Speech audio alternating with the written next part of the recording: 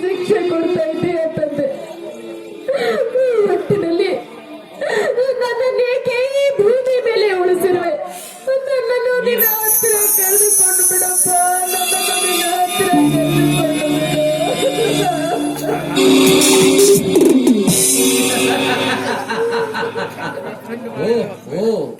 ಬಡವರ ಮನೆಯಲ್ಲಿ ಬೆಳೆದು ಶ್ರೀಮಂತನ ಸೊಸೆ ಎನಿಸಿಕೊಂಡ ಸತಿ ಸಾವಿತ್ರಿ ದೇವರಲ್ಲಿ ಬೇಡುವುದು ನೋಡಿದರೆ ಅಯ್ಯೋ ಅನಿಸುತ್ತದೆ. ನೀನೇಕೆ ಇಲ್ಲಿಗೆ ಬಂದಿರುವೆಯೋ ಪಾಪಿ? ಸವಿತಾ, ಅಂದು ನೀನು ಕೊಟ್ಟ ಕಪಾಟ ಏತು ಇಂದು ಬಡ್ಡಿ ಸಮೇತ ಕೊಟ್ಟು ಹೋಗಬೇಕೆಂದು ಬಂದೆ. ಸವಿತಾ, ಹಕ್ಕಿ ಇದ್ದ ಕಡೆ ಬೇಟಿಗಾರ ಅಲ್ಲೇ ಬೇಕಲ್ಲ. ಈ ನಿನ್ನ ಬಲೆಗೆ ಬೀಳುವಂತಹ ಹಕ್ಕಿ ನಾನಲ್ಲ. ನೋಡು, ನಾನೀಗ ಗರ್ಭಿಣಿ. ದಯವಿಟ್ಟು ಇಲ್ಲಿಂದ ಹೊರಟು ಹೋಗು. ಗರ್ಭಿಣಿ ಗರ್ಭಿಣಿ ಎಂದು ತಿಳಿದು ಬಂದಿದ್ದಾನೆ ಈ ಧನ್ರಾಜ್. ಸವಿತಾ, ಅಂದು ನೀನು ಕೊಟ್ಟ ಕಪಾಳದ ಏಟು ನನ್ನ ಹೃದಯದಲ್ಲಿ ಅಗ್ನಿ ಜ್ವಾಲೆಯಾಗಿ ಪ್ರಜ್ವಲಿಸುತ್ತದೆ. ಅದು ನಂದಬೇಕಾದರೆ ನಿನ್ನ ಗರ್ಭ ತುಂಬಿದ ಗುಡಿಗೆ ನಾನು ಪೂಜಾರಿ ಆಗಲೇ ನನ್ನ ಮನಸ್ಸಿಗೆ ಶಾಂತಿ. ಸವಿತಾ, ಹಠ ಮಾಡಬೇಡ. ನೀನು ಕೊಟ್ಟ ಬಹುಮಾನದಿಂದ ನಾನು ಬದುಕುತ್ತೇನೆ ಅಂತ ನೀನು ತಿಳಿದುಕೊಂಡಿದ್ದರೆ ಅದು ನಿನ್ನ ತಪ್ಪು ಕಲ್ಪನೆ. ಅದನ್ನೆಲ್ಲ ಮರೆತು ಮೊದಲು ಹೊರಟು ಹೋಗು ಇಲ್ಲಿಂದ. ಸವಿತಾ, ಹೊರಟು ಹೋಗಲಿಕ್ಕೆ ಬಂದಿಲ್ಲ, ನಿನ್ನ ಜೊತೆ ಪ್ರೇಮ ಆಟ ಆಡುವುದಕ್ಕೆ ಬಂದಿದ್ದೇನೆ. ಆಗಲೇ ಹೆಣ್ಣೆ, ದೂರ ನಿಲ್ಲೋ ಕಾಮಕ. ಗರ್ಭಿಣಿ ಅಂತ ಗೊತ್ತಿದ್ದರೂ ನನ್ನನ್ನು ಬಯಸಿ ಬರುತ್ತಿರುವೆ ಅಲ್ಲ. ನೀನು ಒಬ್ಬ ಗಂಡಸ. ನಿನ್ನ ಮನೆಯಲ್ಲಿ ನಿನಗೆ ಅಕ್ಕ ತಂಗಿ ಯಾರು ಇಲ್ವೇನೋ ನೀಚ? ಅಕ್ಕ ತಂಗಿ ಅಕ್ಕ ತಂಗಿ ಎನ್ನುವ ಪುಟ ಹೊರದು ಹಾಕಿ ನಿಂತಿದ್ದಾನೆ ಈ ದಂಡ. ಸವಿತಾ, ಸುಮ್ಮನೆ ಹಠ ಮಾಡಬೇಡ. ಹಠ ಮಾಡಿದರೆ ನನ್ನ ಪ್ರಾಣ ಹೋದರೂ ಸರಿ, ನಿನ್ನ ಕೆಲಸದೆ ಬಿಡೋನಲ್ಲ ನಾನು. ಸವಿತಾ, ನಿನ್ನ ಅಣ್ಣನನ್ನು ಕೊಲೆ ಮಾಡಿದ ಹಾಗೆ ನಿನ್ನನ್ನು ಕೊಲೆ ಮಾಡಿ ಆದರೂ ನನ್ನ ದಾಹವನ್ನು ತೀರಿಸಿಕೊಳ್ಳುತ್ತೇನೆ. ಬಾರಲೇ ಹೆಣ್ಣೆ. ಅಯ್ಯೋ ಪಾಪಿ, ನನ್ನ ಸತೀಶ್ ಅಣ್ಣನನ್ನು ಕೊಲೆ ಮಾಡಿ ಅನ್ಯಾಯವಾಗಿ ಆ ಕೊಲೆ ಅಪರಾಧವನ್ನು ರಮೇಶ್ ಅಣ್ಣನ ಮೇಲೆ ಹೊರಿಸಿ ಅವನನ್ನು ಕೂಡ ನೀನು ಜೈಲಿಗೆ ಕಳಿಸಿದೆಯಲ್ಲ. ನಿನ್ನನ್ನು ಮಾತ್ರ ದೇವರು ಸುಮ್ಮನೆ ಬಿಡುವುದಿಲ್ಲ ಕಣೋ. ಅದು ಸುಮ್ಮನೆ ಬಿಡುವುದಿಲ್ಲ.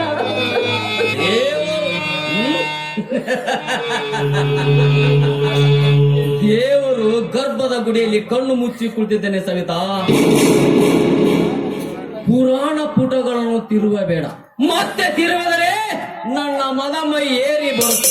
ಬಾರಲೇ ಹೆಣ್ಣೆ.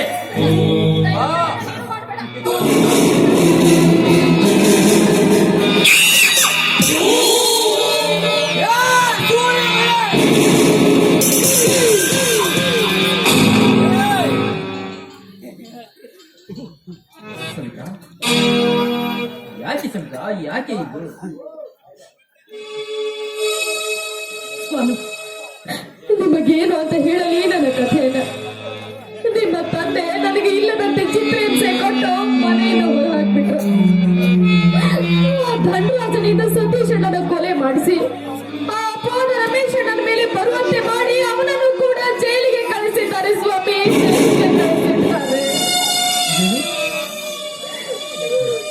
ಏನು ಹೇಳುತ್ತಿರುವ ಸವಿತಾ? ಆಡಿ ಸತೀಶರ ಕೊಲೆ ಆಯ್ತು, ರಮೇಶ ಜೈಲಿಗೆ ಹೋಗ. ಎಂಥ ದುರ್ಘಟನೆ ನಡೆದಿದೆ ಸವಿತಾ. ನಿಂದ ಬೇಡ ಸವಿತಾ, ನಡೆ ಮನೆಗೆ ಹೋಗೋಣ. ಮನೆಗೆ ಹೋಗಿ ಬೇಲ್ ಕೊಟ್ಟು ರಮೇಶನನ್ನು ಬಿಡಿಸಿಕೊಂಡು ನಡೆ ಸವಿತಾ.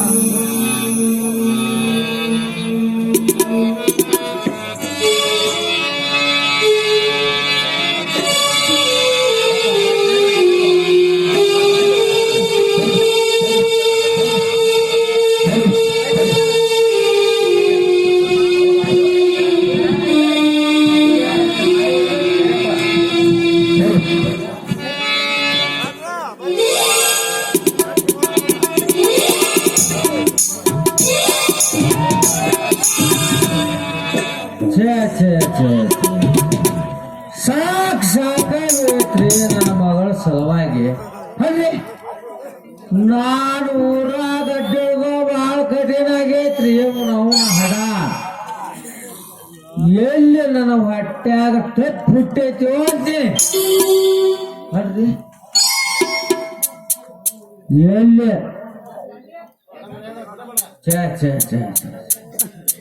ಎಲ್ಲಿ ನಮ್ಮ ತಪ್ಪು ನಮ್ಮ ತೆಲಿನ ಹೊಕ್ಕೈತಿ ಅಂತೀನಿ.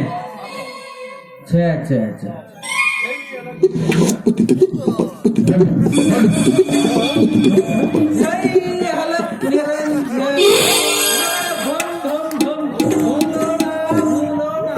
ಬಾದಾಮಿ ಬನಶಂಕರಿ ಬೆಂಗಳೂರು ಓಂ ಹರ ಹರ ಪರಮೇಶ್ವರ ಪಾರ್ವತಿ ಶಂಭೋ ಚಿಲಿಮಿ ತುಂಬೋ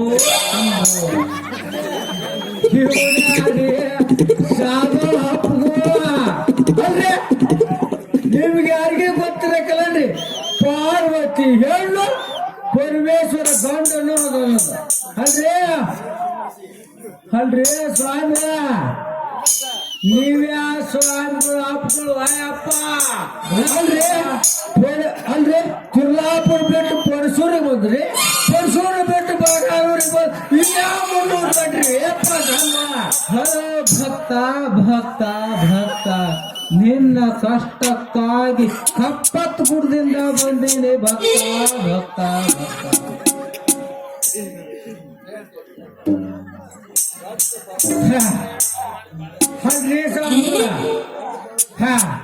ನೀವು ಪೊಡ್ಸೋದು ದೊಡ್ಡ ಪಾಡು ಬಿಡ್ರಿ. ಅಲ್ರಿ ಸಾಬ್ ಅಲ್ರಿ ನಿಮಗೆಲ್ಲ ಈ ವೇಷ ಯಾಕ್ರಿ ಸ್ವಾಮಿಗಳ? ಜೈ ಜೈ ನಿರಂಜನ್ ಅಗರ ಭಂ ಭಂ ಭಂ ಭಂ ಭಂ ಭಂ ಭಂ ಭೋಲಾ ಭೋಲಾ ಶಂಭೋ ಶಂಭೋ ಶಂಭೋ.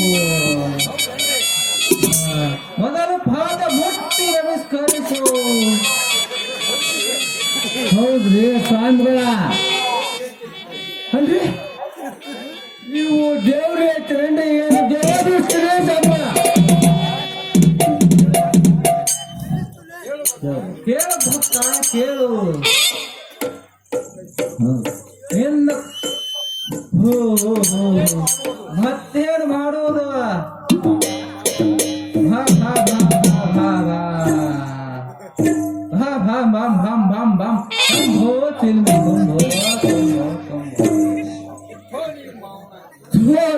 ಮೌನ ಲೇ ಅಲ್ಲಿ ಅಲ್ಲಿ ಕೋತಂಬರಿ ಅಲ್ಲಿ ಆಲೂ ಮರದಕ್ಕಿನ ನೀನು ಕೋತಂಬರಿ ಗಿಡ ತಪ್ಪಲ ಅದಕ್ಕಿನ ಹೆಚ್ಚಿನ ತಲೆ ಮಗನ.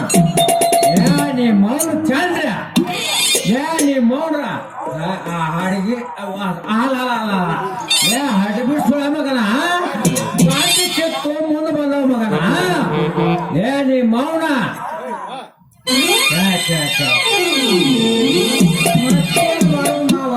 ನಿನ್ನ ಮಗಳು ಬೆನ್ನ ಹತ್ತಿ ಮನಿ ಮಾರಿ ರಾತಿ ಮಾರಿ ಸೂತಿಗೆ ಹೋಗಿ ಸಾಧು ಹೋಗಿನ ಮಾವ ಸಾಧು ಹೋಗಿನಿ. ಯಾಕಂದ್ರ ಇನ್ನೊಂದು ಸೀಟ್ ಖಾಲಿ ಐತಿ ನಮ್ಮ ನಿತ್ಯಾನಂದ ಸ್ವಾಮಿಗಳು. ಯಾಕಂದ್ರ ರಮೇಶ್ ಅದಲ್ಲ ನಿನ್ನ ಕೊಡ್ಲಿ ತಗೊಂಡ ಓಡಿಸಿ ಆಡಿ ಕಡಿತನ ಬಂದ್ಬಿಡ ಅಂದ್ರ ನಿಂದಪ್ಪನ ಜೀವನ ಉಳ್ಕೊಂತೈತೆ. ಮಾಡ ಗಂಡ ಸತ್ತ ಮುಂದೆ ಗೌರಿ ಹೇಳ್ತಿ ಮುಂದೆ ಹಾಗೆ ಮನ್ಯಾಗ ಕುಂತಾಳ ಮಗನ. ಆಕೆಲ್ಲ ಜೊತೆ ಮಾಡ್ತೀರಿ ಬಾ ಅಡೆ.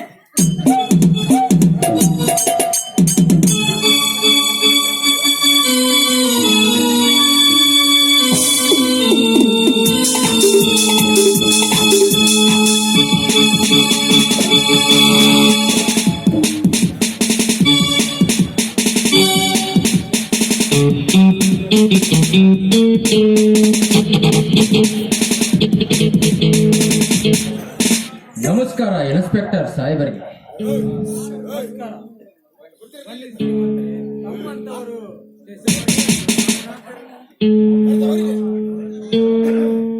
ನನ್ನ ಗೆಳೆಯ ರಮೇಶ ಅವರ ಬಗ್ಗೆ ವಿಚಾರಿಸಲು ಬಂದೆ.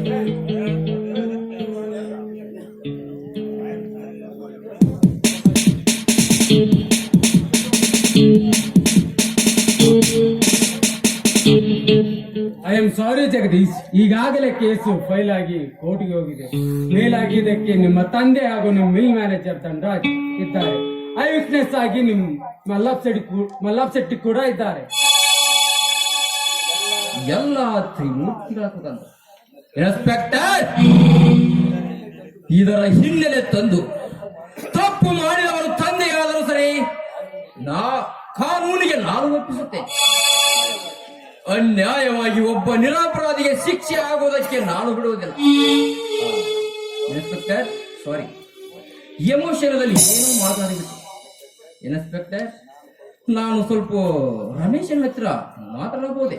ಮಾತನಾಡುವುದು ಕೇವಲ 5 ನಿಮಿಷ ಮಾತ್ರ.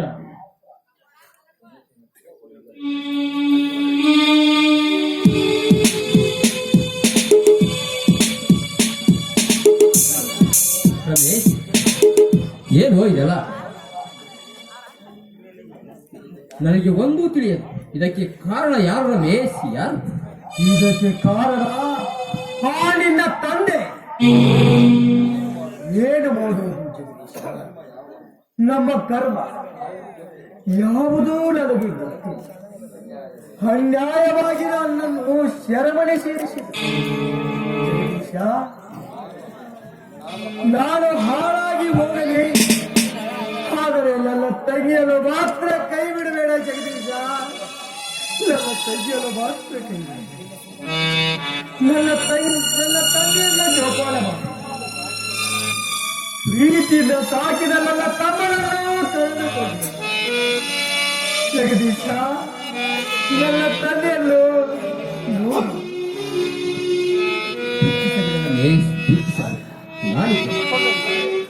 ನಾಳೆ ಬೇಲ್ ತಂದು ನಿನ್ನನ್ನು ಬಿಡಿಸಿಕೊಂಡು ಹೋಗುತ್ತೇನೆ. ಇನ್ನು ಮಿಸ್ಟರ್ ಜಗದೀಶ್, ನಿನ್ನ ತಂಗಿ ಸುಖವಾಗಿದ್ದಾರೆ. ನಿನ್ನ ತಂಗಿಯನ್ನು ನಾನು ನೋಡಿಕೊಳ್ಳುತ್ತೇನೆ. ನಿನ್ನ ತಂದೆಯನ್ನು ನಾನು ಬಾಯ್.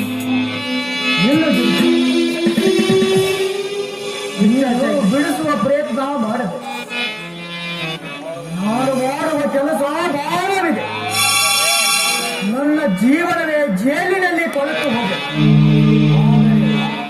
ನಮ್ಮ ಬಾಳಿಗೆ ಬೆಂಕಿ ಇಟ್ಟ ಸೂರ್ಯ ಮಕ್ಕಳನ್ನು, ನನ್ನ ತಮ್ಮನ ಬಾಳಿಗೆ ಬೆಂಕಿ ಇಟ್ಟ ಹೆಮ್ಮಾರಿಯನ್ನು ನಾನು ಒಂದು ಗತಿ ಕಾಣಿಸದೆ ಬಿಡಲಾರೆ.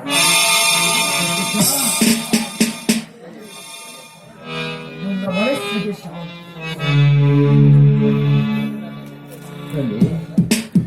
ನೀನು ನನ್ನ ಹೆಂಡತಿಯನ್ನು ಎಂತ ಕಷ್ಟ ಕಾಲದಲ್ಲಿ ಕಾಪಾಡಿದ್ದೀಯ. ನಿನ್ನ ಉಪಕಾರ ನಾನು ಎಂದೂ ಮರೆಯುವುದಿಲ್ಲ. ಯಾಕೆಂದರೆ ನಮ್ಮ ವಂಶದ ಕುಡಿ ಅವಳ ಗರ್ಭದಲ್ಲಿ ಆ ಫಲ ನೀನು ಕಾಪಾಡಿದ್ದೀಯ. ಈ ಋಣ ಹೇಗೆ ಮುಟ್ಟಿಸಿರಲಿ, ಹೇಗೆ ಮುಟ್ಟಿಸಲಿ? ಯಾವರು ಜಗದೀಶ್? ಎಲ್ಲ ನಾವು ಪಡೆದುಕೊಂಡ ಬಂದ ಭಾಗ್ಯವಪ್ಪ. ನಾವು ಪಡೆದುಕೊಂಡ ಬಂದ ಭಾಗ್ಯ. ನೋಡು, ನೀನು ನನ್ನ ಬಗ್ಗೆ ಚಿಂತಿಸಬೇಡ, ಆದರೆ ನನ್ನ ತಂಗಿಯನ್ನು ಮಾತ್ರ ಕೈ ಬಿಡಬೇಡ. ಮಿಸ್ಟರ್ ಜಗದೀಶ್, ಟೈಮ್ ಆಯ್ತು, ಹೊರಡಿ ಇನ್ನು. ಆಯ್ತು ಸರ್. ರಮೇಶ್, ನಾನಿನ್ನು ಬರುತ್ತೇನೆ.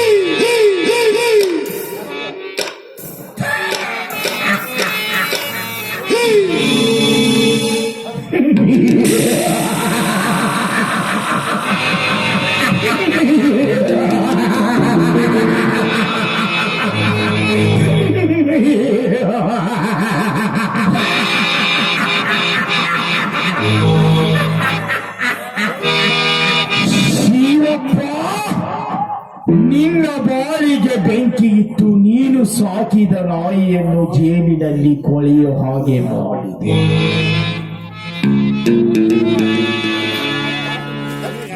ಹತ್ತಿದ ಬೆಂಕಿ ಇಂದಿಗೆ ನೊಂದಿತು.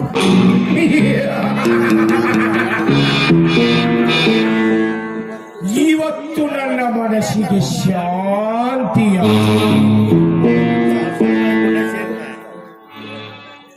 ಸೌಕರ ಏನಂತ ತಿಳ್ದನ್ರಿ ಆ ಮಗ ಅಲ್ರಿ ಈ ಶೆಟ್ಟಿ ಅಂದ್ರ ಏನಂತ ತಿಳ್ದನ್ರಿ ಆ ಮಗ ಅಲ್ರಿ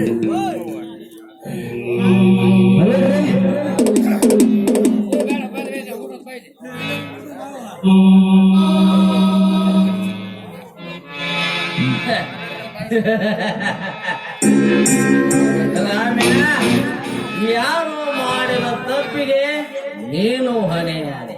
ಶ್ರೀಮಂತರನ್ನ ಎದುರು ಹಾಕಿಕೊಂಡ್ರೆ ಮರಣದ ದಾರಿ ನೀನು ಕಾಣುವೆ. ರಾಜ್, ನಮ್ಮ ಸಾಮ್ರಾಜ್ಯದಲ್ಲಿ ಯಾರು ಇರಕೂಡದು. ನಿನಗೆ ಬರಬೇಕಂತೆ ಮಾಡು, ನಾನಿದ್ದೇನೆ.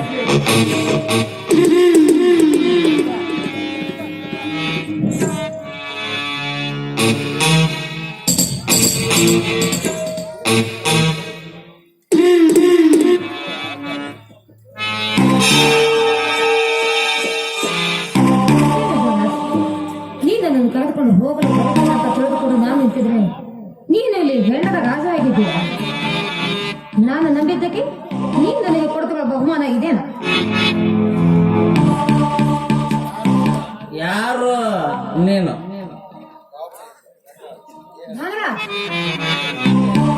ನನ್ನ ದೇಹ ಸುಖವನ್ನುಂಡ ನೀನು ಯಾರು ಅಂತ ಕೇಳ್ತಾ ಇದ್ದೀಯ? ಹಣ ಯಾರಿಲ್ಲ ತಂದೆ ಅಂತ ಸ್ವಲ್ಪ ವಿಚಾರ ಮಾಡಿ ನೋಡು. ಹಣ? ಯಾವ ಹಣ? ದೇಹ ಸುಖ? ಯಾವ ದೇಹ ಸುಖ?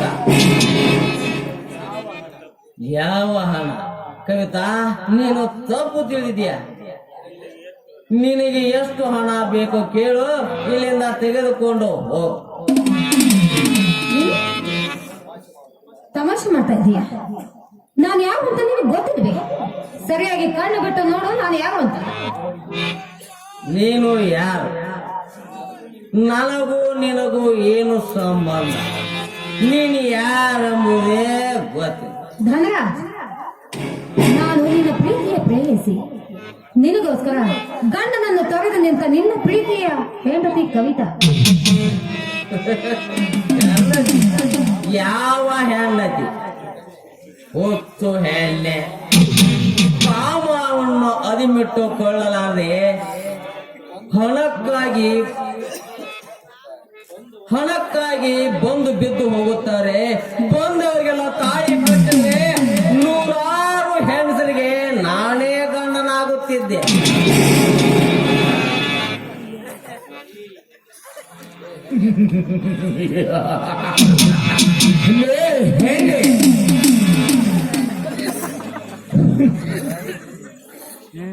ಇಲ್ಲಿಂದ ಹೊರಗೆ ನನ್ನ ಮನೆಯಲ್ಲಿ ನಿಂತು ಹಾಕಬೇಡ.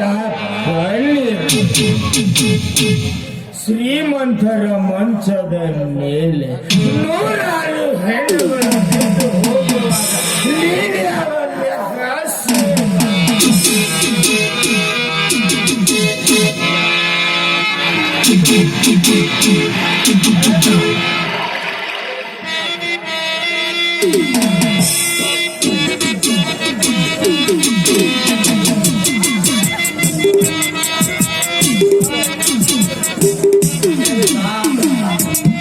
ಅರಳಿದ ಗುಲಾಬಿಯನ್ನು ತುಂಬಿಸುವುದು ಗುಂಬಿಯಾಗಿ ತುಂಬಿಸುವುದು ಬಿಡುವುದಂತೆ ನನ್ನ ಕಾಮದ ದಾಹಕ್ಕೆ ನೀನು ಬಲೆಯಾದೆ. ನಿನ್ನಿಂದ 50,000 ಹಣ ಪಡೆದ. ನಿನ್ನ ದುಂಡಾದ ದೇಹ ಸುಖ ಉಂಡೆ. ನೀನ್ಯಾರೆಂಬುದೇ ಗೊತ್ತು.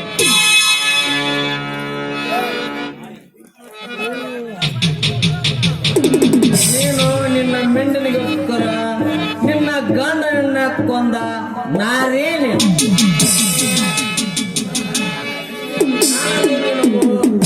ಏನು ಸಂಬಂಧ ಇಲ್ಲ.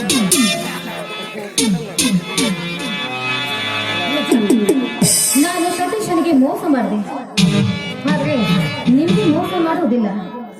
ಏನು ಅರಿದು ನನಗೆ ಏನೇನು ಆಸೆ ಹಚ್ಚಿ ಹೊರಗಿನ ಬಾಳೆಗೆ ಬಲಿಯಾಗುವಂತೆ ಮಾಡಿದ್ರಿ. ನಿಮ್ಮನ್ನು ನಂಬಿದ್ದಕ್ಕೆ ನನಗೆ ಈ ರೀತಿ ಮೋಸ ಮಾಡುತ್ತೀರ ಅಂತ ನಾನು ತಿಳಿದಿಲ್ಲ. ಏನು ಅರಿಯದ ಹೆಣ್ಣು ಪಾಪ. ನಿಂತರೆ ಮುದ್ದಿಸುವುದೇ ಗೊತ್ತಿಲ್ಲ. ಕವಿತಾ, ನೀನು ದಾರಿ ಬಿಟ್ಟ ಕೈಯ ಗಂಡನಿಂದ ತಾಳಿ ಕಟ್ಟಿಸಿಕೊಂಡು ಮಿಂಡನಿಗೋಸ್ಕರ ಸುಖಪಟ್ಟ ಸೂಳೇ ನಿಮ್ಮಂತವ್ರಿಗೆ ಬಾಳು ಕೊಡುವುದು ಒಂದು ವ್ಯರ್ಥ. ಅದು ನನ್ನಿಂದ ಸಾಧ್ಯ. ಇಲ್ಲಿಂದ ಟೈಮ್ ಆಯ್ತು. ರಾಕ್ಷಸ, ನಾನು ನಿನ್ನನ್ನು ಎಷ್ಟೊಂದು ನಂಬಿದೆ. ನಿನ್ನ ನಂಬಿ ನಿನ್ನ ಕಾಮಜಾಲಕ್ಕೆ ನಾನು ಬಲಿಯಾದೆ. ನನ್ನ ಐಶ್ವರ್ಯವನ್ನೆಲ್ಲ ನಿನ್ನ ಧಾರೆ ಹೇಗಿದೆ. ಈಗ ಅದನ್ನೆಲ್ಲ ತೆಗೆದುಕೊಂಡು ನನ್ನನ್ನ ನಿನ್ನ ದೂರ ಏನೋ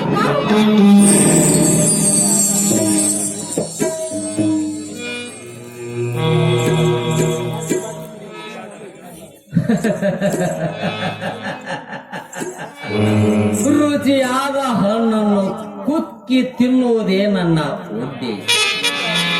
ಮುದ್ದಾಗಿ ಬೆಳೆದ ಪಕ್ಷಿಗಳನ್ನು ಕದ್ದು ತಿನ್ನುವುದೇ ನನ್ನ ಆಸೆ.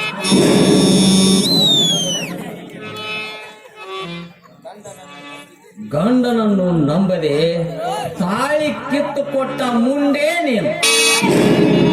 ಹಾಗೆ ಹೇಳಿದ್ದು ನೀನೇ ತಾನೇ. ಛೀ, ಕಲ್ಲು ಹೃದಯದ ಕಾಮುಕ ನೀನು. ಮನುಷ್ಯ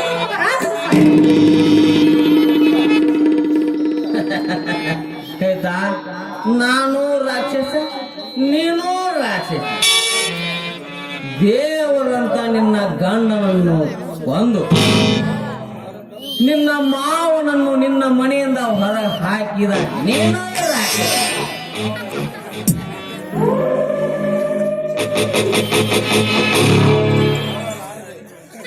ಕಾಮವನ್ನು ಅದಿಮಿಟ್ಟುಕೊಳ್ಳಲಾರದೆ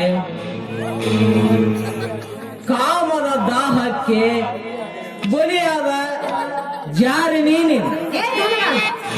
ನಿಲ್ಲಿಸು ನಿನ್ನ ಹೊಲಸು ಮಾತುಗಳು. ನಿನ್ನ ತಾಯಿ ನಿನ್ನನ್ನು ಹೇಗೆ ಹೆತ್ತಿದ್ದಾಳೆ. ಈ ರೀತಿ ಮಾತನಾಡುತ್ತಿದೆ ಅಂದ್ರೆ ನಿನ್ನ ತಾಯಿ ಜಾಗಣೆ ಆಗಿರಬಹುದು. ಸೂಳೆ, ನನ್ನ ತಾಯಿಗೆ ಸೂಳೆ ಎನ್ನುವಷ್ಟು ಸೊಕ್ಕು ಬಂದಿದೆ ನಿನಗೆ. ನಿನ್ನ ತಾಯಿಗೆ ಜಾಗಣೆ ಅಂದ ತಕ್ಷಣ ಎಷ್ಟೊಂದು ಕೋಪ ಬಂತು ಅಲ್ವಾ? ಆ ಹೆಣ್ಣಿನಲ್ಲಿ ನಿನ್ನ ತಾಯಿ ಒಬ್ಬಳು ಅಂತ ಮರೆಯಬೇಡ. ನಿನ್ನಂತ ಸೂಳೆ ಅಲ್ಲ ನನ್ನ ತಾಯಿ. ನಿನಗೆ ಕಟ್ಟಬೇಕು ಜಾರಿಯ ಪಟ್ಟ.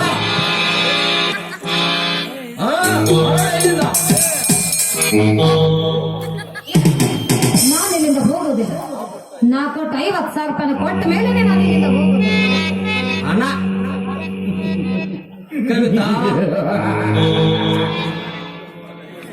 ಕವಿತಾ, ಸ್ಮಶಾನಕ್ಕೆ ಹೋದ ಹೆಣ ಮರಳಿ ಬರುವುದುಂಟೆ? ಈ ಧನರಾಜನಿಗೆ ತೆಗೆದುಕೊಳ್ಳುವುದು ಮಾತ್ರ ಗೊತ್ತು, ಕೊಡುವುದು ಗೊತ್ತೇ ಇಲ್ಲ.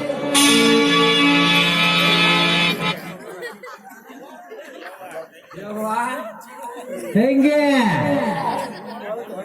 ನೀನು ಕೆಟ್ಟ ಫಲ ತಗೊಂಡು ಗೊಪ್ಪ ನಾರ್ತೀವ ಯಾರು ಮುಟ್ಟಬೇಕವ ನಿನ್ನ? ಹೆಂಗೆ ಸುಮ್ಮನ ಹೊರತು ಹೋಗ್ಬಿಡು. ಕವಿತಾ, ಮಾತಿನ ಚತುರಕ್ಕೆ ಶೀಲವೆಂಬ ಮಡಿಕೆ ಹಾಳು ಮಾಡಿಕೊಂಡು ನೀನಾಗಿ ಹಾಳು ಮಾಡಿಕೊಂಡೆ. ಒಡೆದ ಹೋದ ನಿನ್ನ ಮಡಕೆ ಗರತಿ ಎಂದು ಒಪ್ಪುವುದಿಲ್ಲ ಈ ನಿನ್ನ ಸಮಾಜ. ಏ ಧರ್ಮರಾಜ, ವಾಪಸ್ ತೆಗೆದುಕೊಂಡು ನಿನ್ನ ಮಾತುಗಳನ್ನು. ಹೆಣ್ಣು ಒಲಿದರೆ ನಾರಿ, ಮುನಿದರೆ ಮಾರಿ. ನಿಮ್ಮ ಪಾಲಿಗೆ ನಾನು ಮಾರಿಯಾಗಿ ಬಂದಿದ್ದೇನೆ. ಏ ಧನರಾಜ್, ನನ್ನ ದೇಹ ಸುಖವನ್ನು ಉಂಡು ನನಗೆ ಭಂಡ ರಂಡೆ ಅಂದೆಲ್ಲ, ಈಗ ಆ ರಂಡೆ ಎಂದರೆ ನಿನಗೆ ಯಾವಾಗ ನೆನೆಸಿಕೋ ನಿನ್ನ ತಾಯಿಯನ್ನು. ನಾನು ಏನೂ ಮಾಡಬೇಡ. ನಾನು ಸುಮ್ಮನೆ ನಾಟಕ ಮಾಡಿದೆ ಅಷ್ಟೇ. ಆಹಾ, ನೀನು ನಾಟಕ ಮಾಡಿದೆ, ಆದ್ರೆ ಅದನ್ನು ನಂಬುವಷ್ಟು ಮೂರ್ಖನು ನಾನಲ್ಲ ಕಣೋ. ಇನ್ನು ಎಷ್ಟು ಜೀವನದ ಜೊತೆ ಆಟ ಆಡಬೇಕು ಅಂತ ತಿಳ್ಕೊಂಡಿರುವೆ.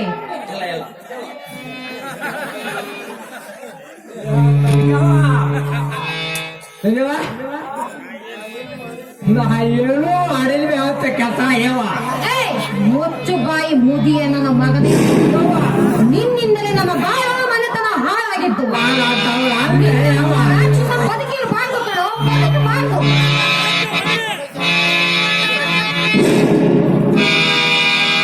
ನಿಂತು ಕವಿತಾ,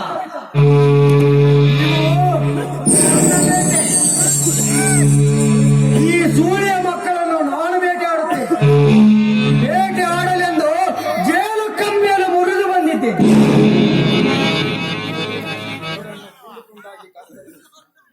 ಈ ನಾಯಿಗಳನ್ನು ತುಂಡು ತುಂಡಾಗಿ ಕತ್ತರಿ ನಮ್ಮೂರಿನ ಅಗಿಸಿ ಬಾಗಿಲಿಗೆ ಕಟ್ಟದಿದ್ದರೆ ನನ್ನ ಹೆಸರು ರಮೇಶನೇ ಅಲ್ಲ.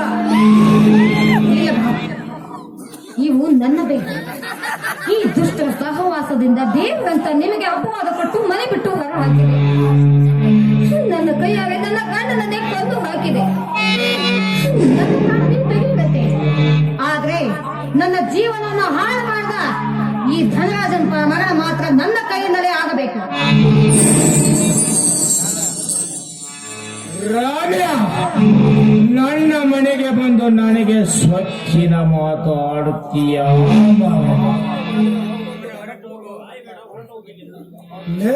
ಧರ್ಮ್ಯ, ಬಂಗಾರದಂತ ನಮ್ಮ ಬಾಳು ನಿನ್ನಿಂದಲೇ ನುಚ್ಚು ನೂರುವಾಗಿತ್ತು ಮಗನೇ. ಧರ್ಮ್ಯ, ನೆನೆಸಿಕೋಲಿಲ್ಲ ಹೆತ್ತ ತಾಯಿಯನ್ನು. ನೀನು ಮಾಡಿದ ಒಂದೊಂದು ಪಾಪದ ಕಿಡಿಗಳು ನನ್ನ ರೋಷದ ಆಜ್ಞೆ. ಈ ಪರಶುರಾಮನ ಕೊಟ್ಲಿ ನಿನ್ನೆಂದು ಧರ್ಮ್ಯ.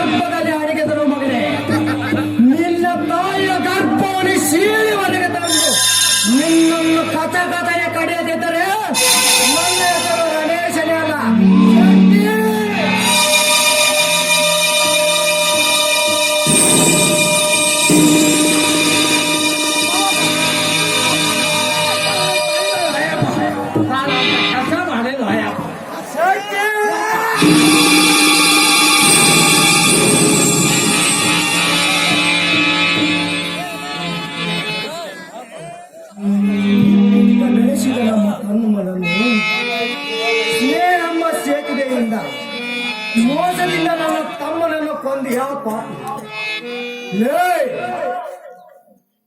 ಧನರಾಜ್, ಇದು ನನ್ನ ಬೇಟೆ. ನನಗೆ ಜಾಗರಣೆ ಅಂತ ನಾಮಕರಣ ಮಾಡಿದ ಈ ನಾಯಿಯನ್ನ ನಾನೇ ಬೇಟೆ ಆಡುತ್ತೇನೆ. ಕವಿತಾ, ನಿಂದುಕೋ, ಮುಂದೆ ಬೆರಬೇಡ.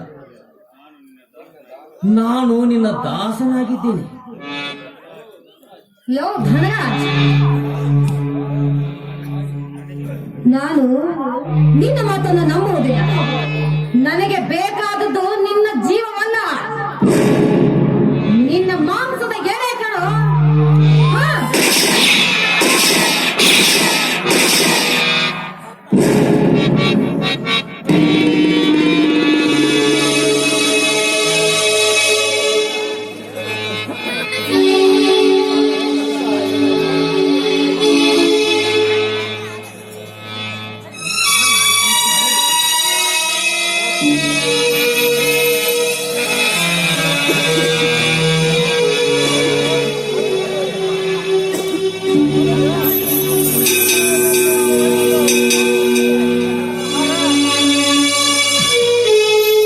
ಕವಿತಾ, ತಪ್ಪು ಮಾಡಿದೆ ತಾಯಿ. ಮೇಲು, ನಾನು ತಪ್ಪು ಮಾಡಿಲ್ಲ.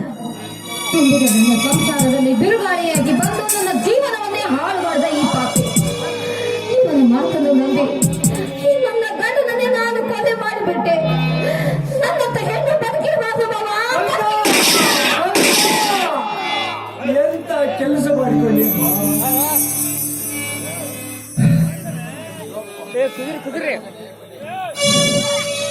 ಭಲೆ ಮಗನೇ ಭಲೆ, ಧರ್ಮದ ದಾರಿಯಲ್ಲಿ ನಡೆಯುತ್ತಿರುವ ಇಂಥ ಕೆಟ್ಟ ಹುಳುಗಳನ್ನು ಲೆಕ್ಕಿಸಿ ಹೇಳಿದ್ದರು.